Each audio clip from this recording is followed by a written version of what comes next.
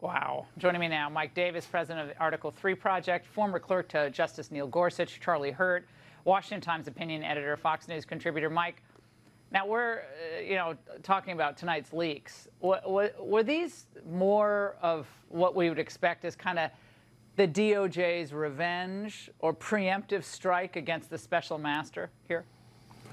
So this is part of a pattern of illegal leaks by the Biden Justice Department. They leaked out to Newsweek early on that Attorney General Merrick Garland did not personally approve this raid. That was a lie.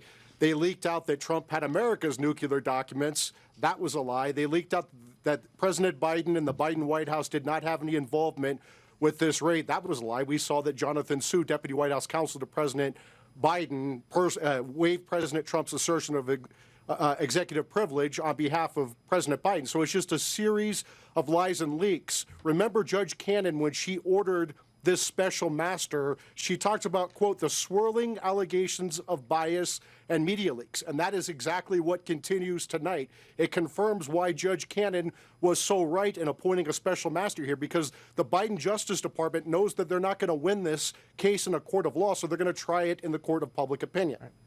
Now, in Judge Cannon's ruling on the special master appointment, in a footnote, which footnotes where all the good stuff is, by the way, she writes, when asked about the dissemination to the media of information relative to the contents of the seized records, government's counsel stated that he had no knowledge of any leaks stemming from his team, but candidly acknowledged the unfortunate existence of leaks to the press. So, Charlie, it doesn't seem like they're really denying that leaks are occurring, and they have to be coming from DOJ. Where else are they coming from?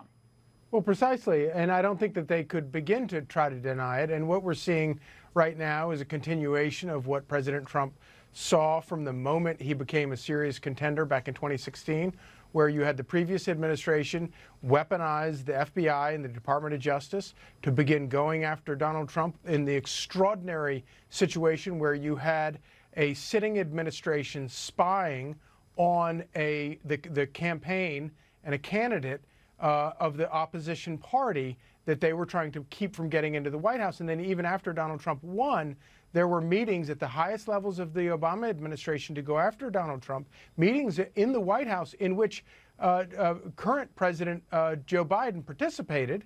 And so this is just a continuation of this weaponization of DOJ, of the FBI, of every lever of power in Washington to go after a man that they loathe, they despise, they will do anything to destroy him. I think the chances of them indicting him are very good, but it has nothing to do with building a case. It's all about putting together, sliming him with an indictment that will cause American people to just sort of want to wash their hands and walk away, because they know that he's in all likelihood running again, and if he runs again, I think there's a good chance that he wins again, and they will stop at nothing this time to stop him.